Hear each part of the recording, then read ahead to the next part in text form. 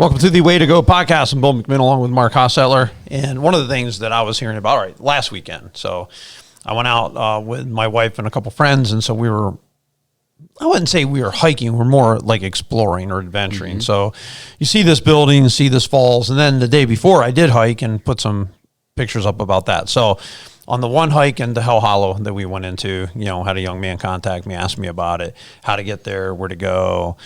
And then it was, well, I don't really have anyone to go with, and maybe I can go with you guys sometime, which, I thought, I don't really know him that well, but right. I understand what he's saying. He's alone.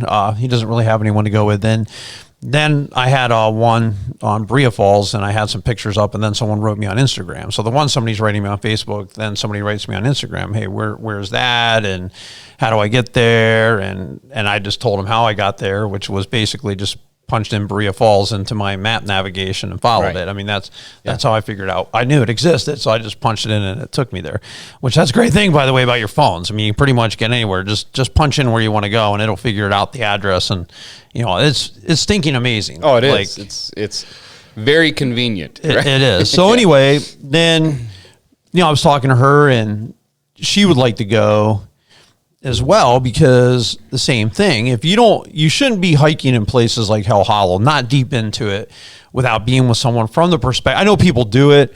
I wouldn't recommend it because there's no phone service down there. If you would happen to slip and break a leg, you might be waiting for a while, especially in the wintertime, for someone else to come down through there. So it's a nice leisurely stroll can turn very bad very quickly. Yeah. Out of all the falls that I know of in this area, I mean, that 130-foot falls is the longest. That's a 5-mile minimum round trip. That's if you know the short paths. Wow. Like if you know the direct routes, if you're walking the creek, it's even longer. So it's still over 5 miles out and back to get there. So I wouldn't go alone. But the point is, I was just hearing from people saying, well, I don't have anyone to go with, or I'm alone, or maybe we need to get a group together. And I've been actually thinking about that since I heard about that on the weekend. I'm like, well, maybe every few weeks I should try to get a group of people together and go to different places that I'm aware of. Yeah, right? Be aware. Maybe that's something that I'll think about doing, or somebody can think about doing. But aloneness, I just kind of sense it in our society today that people are alone, and COVID has made that. It's 20 times worse, 50 times worse. I mean, it's way worse now, because some people are by choice just saying, and this is what I hear all the time. Well, it's been such a great year because we just focused on ourselves, or, it's just been us together and we've had more time. And I guess there's some point to that. If all you need relationally is your spouse and your kids, then maybe you're not going to go so crazy. But if you're somebody who, you love your spouse and your kids, but you need relationships beyond that. I don't know how it is for you. Like if you feel like you need relationships more than that, or if you could just be forever just with your spouse and kids and never talk to another human. Yeah. I mean, no, it's definitely, I get energized with relationships, with being around people, being around groups of people. That energizes me. I'm that kind of a personality. I guess they call it an extrovert. I don't know those, the extrovert, introvert thing, whatever. Here's what I know. In the first opening book of the Bible, one of the first couple of pages you get to, it says this: it's not good that man should be alone. Right.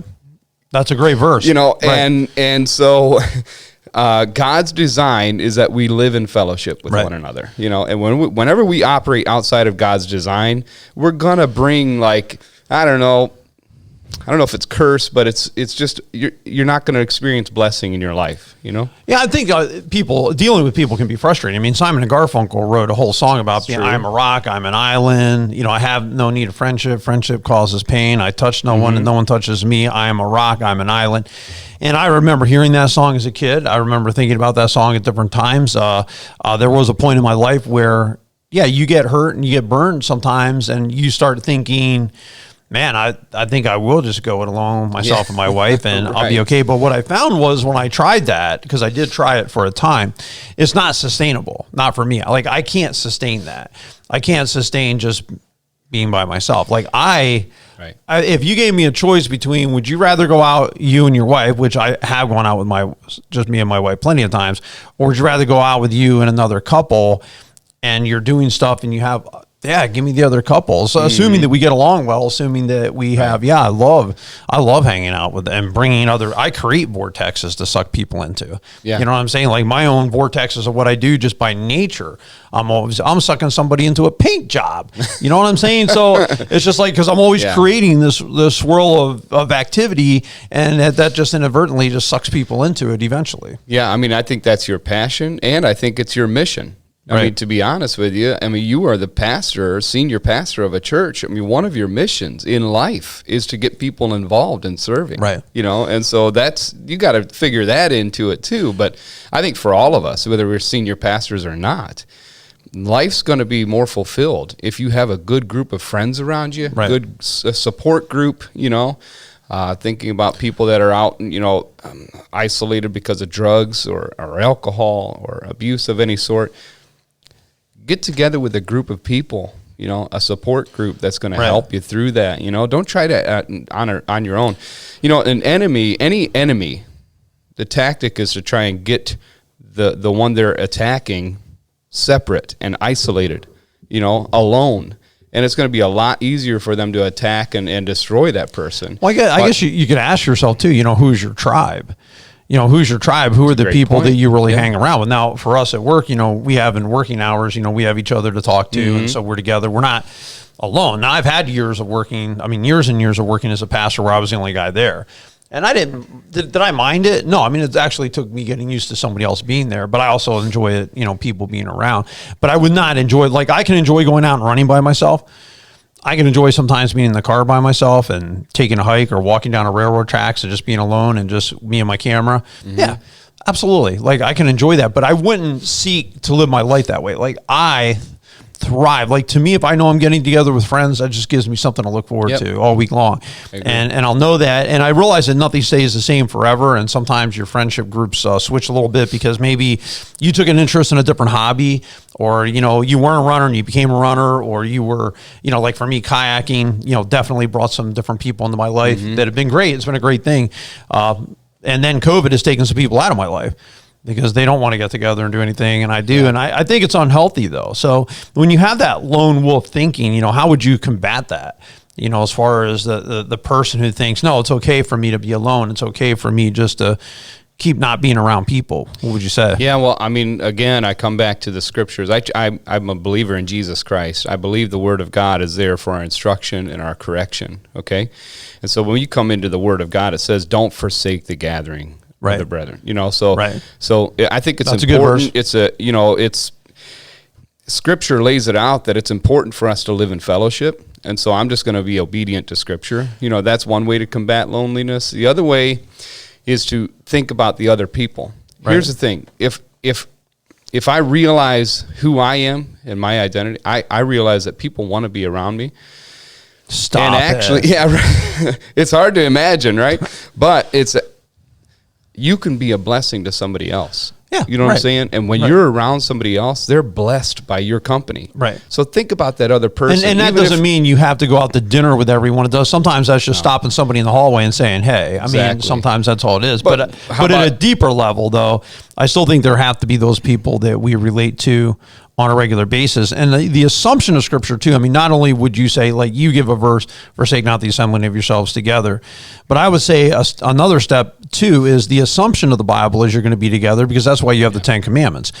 You look at the world, and where the world wanted to be even after the flood was, God said, spread out. They said, we'll build the Tower of Babel, and we're all going to stick together until God confounded the languages and made them spread out.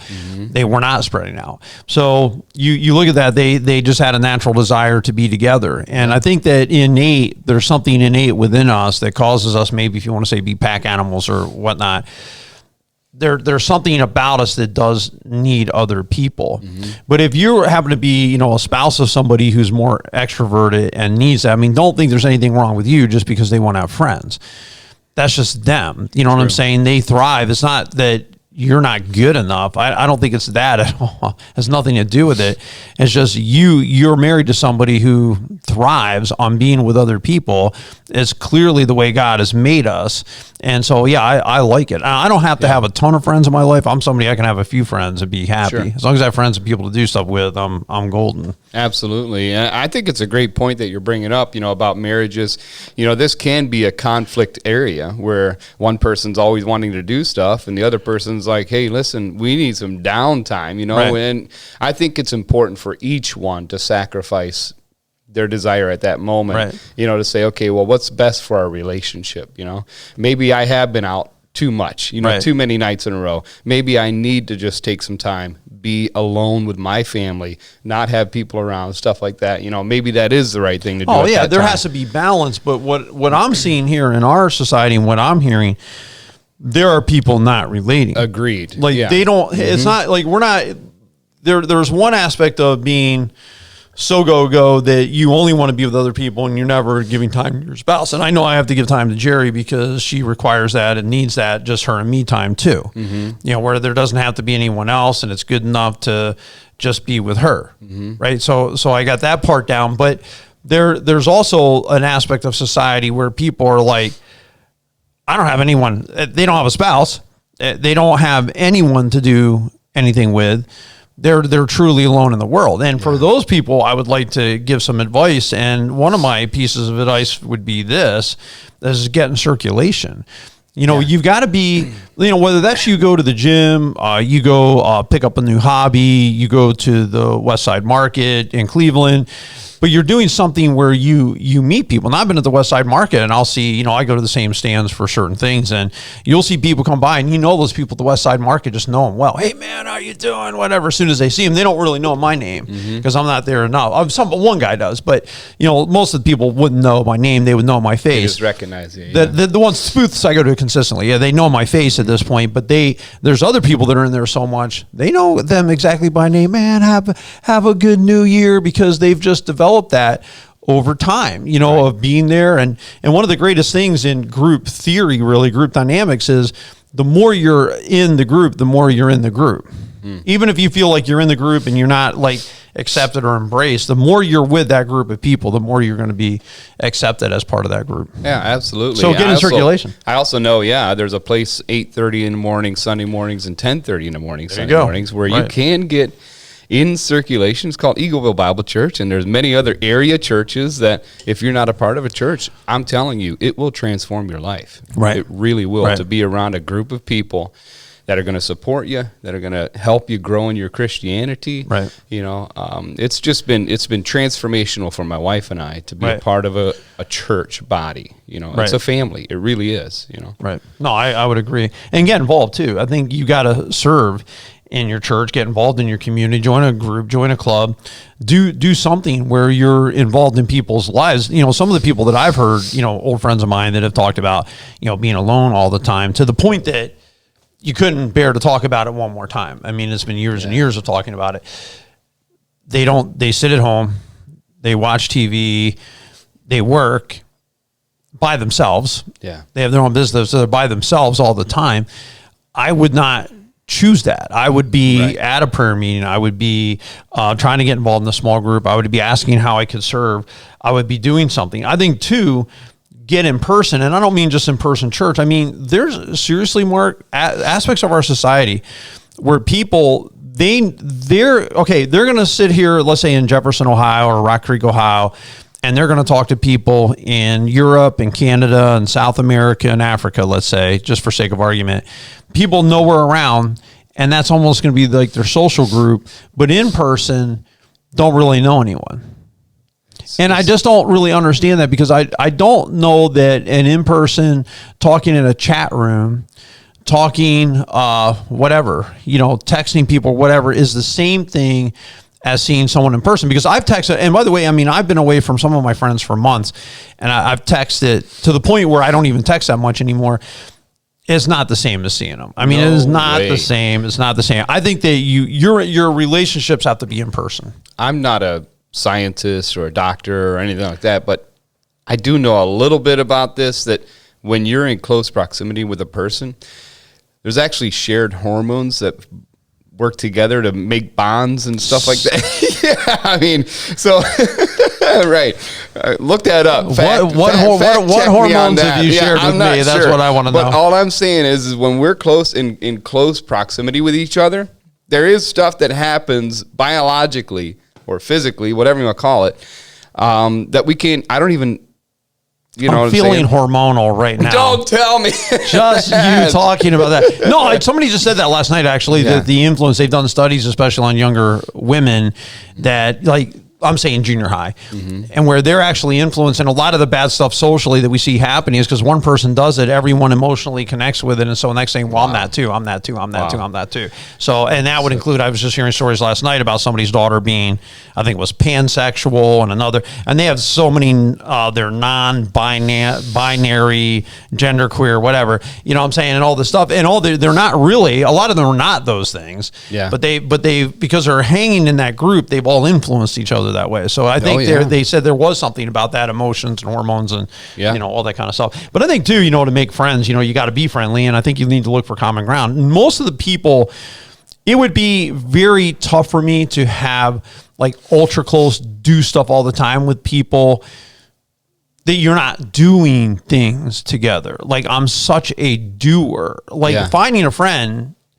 that, all right, you all like to hike, you all like to be out on the water, you all like to adventure, you all like, you know, the same stuff. That's fantastic. I mean, that is so fantastic, because that, to me, really cements friendships, because you're doing stuff together. You're doing the same thing. If guys want to hunt and one guy's a hunter, the other guy's a hunter, they'll relate in hunting, or they'll relate in fishing, or they'll relate in doing car work, whatever it is. But when you're doing the same similar things, man, you got so much to talk about. When I was 20-some years old, there was a guy in our church named Barney Starr, and he was in his 70s, and I was in my 20s.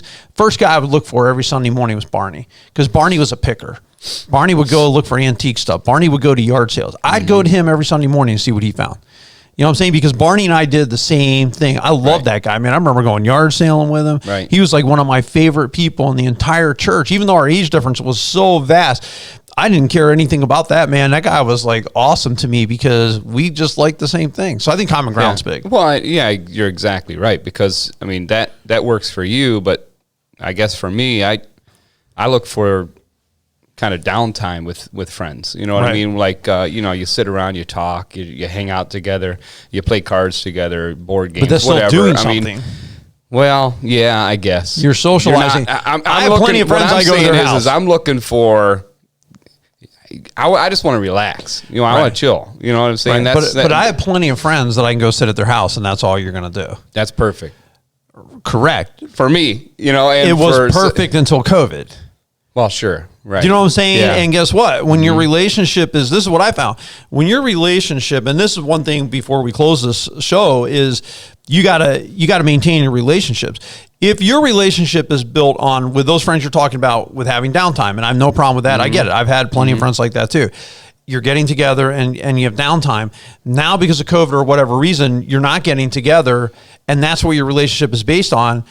How strong is that relationship going to be? You still have to maintain it. I have friends that, you know, our whole relationship was built, well, they'd have us over, we'd see them in church. Well, now they don't have us over, we don't see them in church. Like, how strong is that friendship going to be when it's predicated upon, like you said, hanging out, chilling, laughing, talking about life? Because some of the friends I have because they're just really funny, and you know what I'm saying? And I tend to be pretty humorous. So I like to laugh and goof around and be silly. And so, some of your friends you have are based in that. But when you don't have that, as we said before, in-person connection, and now you're talking, we're getting to almost a year into COVID, and it's been hardly seen them in a year, that takes its toll, dude. I mean, it starts to take its toll, because you start to say, man, you become disconnected, man. Yeah, you really do. It's not no bad feelings, or I don't have, like, not talking hard feelings or anything. It's just like, well, I mean, when you kind of sit back and evaluate what your relationship was based on, and if it's a tripod of these three things, and you knock two of the three things out of what your relationship is based on, then we had a close family. I mean, 2019 there where actually was the first kind of 15 days to slow the spread, or whatever they came out with, you know, there. And we decided, you know what, we're going to try to honor that. You know, we're not going to get together, and I don't know, 4 weeks, 3 weeks, we said this is enough. I mean, we can't live life without each other. Right. You know what I'm saying? We're gonna get together. Right. I mean, this is just the bottom line. I mean, Right. I can't die not living. You know what I mean? And I agree. I can't. And you got COVID. And I did get COVID. And so did I. And that's the thing. Like all these people, like they haven't done anything in a year. They hunkered down. I did more in 2020 than I think I did in any other year prior. Yeah. I did a ton of stuff, man. I went out west. I've been out to Cleveland. I've been kayaking in Cleveland. I went kayaking out, I think, 37 times. I was, have my camera out, exploration. So I've seen stuff. I've hiked trails I didn't even know existed. I've been to places in this region, not just the area, but the region that I never even knew about, all because of this time. So, I mean, we got out there and lived and did a bunch of stuff we always wanted to do, did it with friends, got sick, got through it 2 weeks, kept living.